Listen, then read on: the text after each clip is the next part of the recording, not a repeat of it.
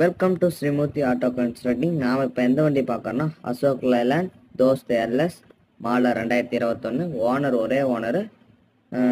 வண்டி neat and க்ளீனாக இருக்குது. நம்ம பிரான்ச் எங்கே லொக்கேஷன் ஆகிருக்குன்னா Salem junction Cholamangalam bus stop. நம்ம யூடியூப் பேஜை சப்ஸ்கிரைப் பண்ணி வச்சுக்காங்க.